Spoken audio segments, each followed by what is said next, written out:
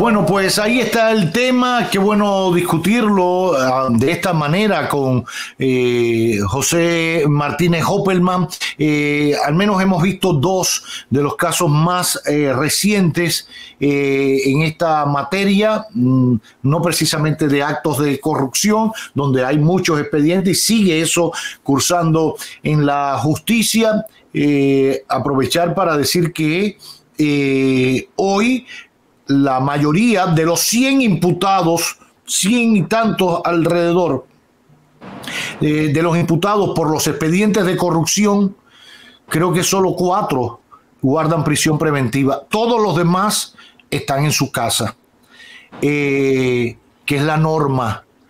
Y digo esto porque a veces la gente se atormenta, que están libres. No, están quizás con otra medida de coerción, quizás deberían estar libres, ni siquiera con otra medida de coerción, porque la norma es la libertad, y están acudiendo al juez cada vez que les cita.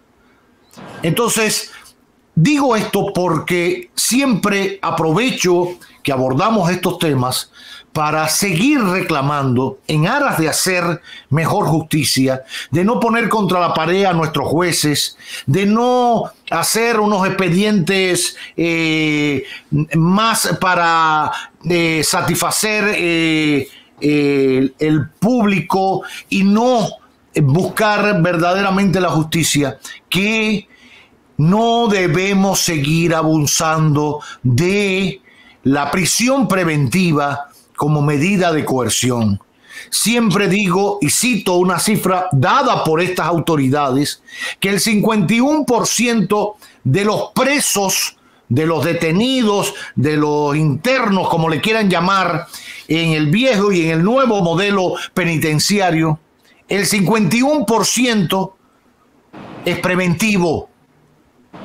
¿Qué quiere decir eso? Y del otro 49%, creo que hay un 16% de presos condenados, pero que sus sentencias no son firmes todavía. Exacto. Es decir, que no han adquirido la autoridad de la cosa irrevocablemente juzgada.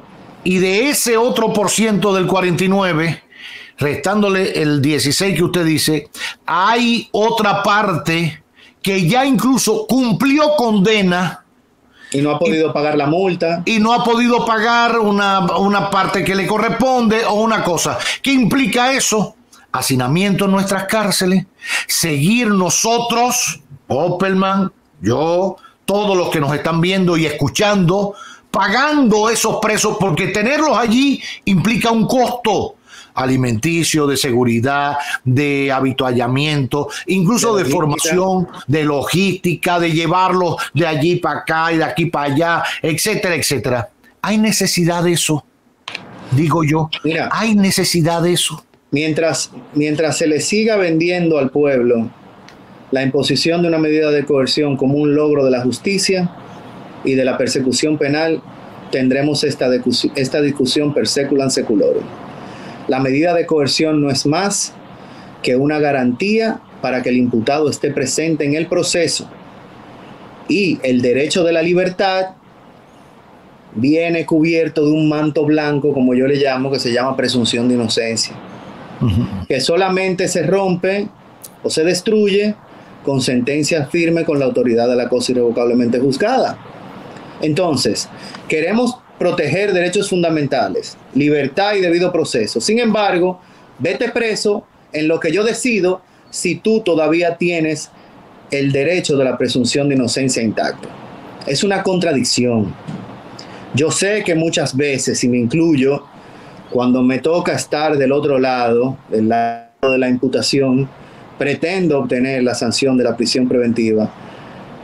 Hago una reflexión todo el tiempo sobre eso y trato de transmitirla a los clientes, y es que hay muchísimas medidas que garantizan la presencia de un imputado, sobre todo en una época como esta, donde la fuga es imposible.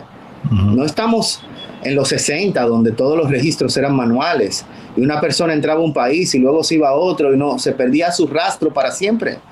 Hoy en día, para que una persona pueda sobrevivir, tiene que estar sujeta a las cadenas de un sistema bancario que requiere cada vez mayor participación en el mundo, los sistemas de puertos y aeropuertos automatizados con datos biométricos, la renovación y utilización de documentos de identidad que vencen y tienen que ser renovados, y claro está, los controles que hacen las autoridades o los hechos fortuitos que ponen a un ciudadano en fuga frente a una autoridad y al revisar su documentación se da cuenta que está siendo buscado o que la documentación se encuentra vencida, por lo que debe ir a regularizar su estado y donde se puede verificar que se encuentra en fuga. Es decir, la fuga el día de hoy es una figura prácticamente inexistente. No hay posibilidad de una fuga real y lo hemos visto en otro caso. Vimos el caso de Carlos Nepomuceno, sí, el que participó y ocasionó, se dice, en la muerte de la abogada Paola Languasco en la ciudad de Puerto Plata y Santiago. Se fue a España huyendo y allá fue encontrado.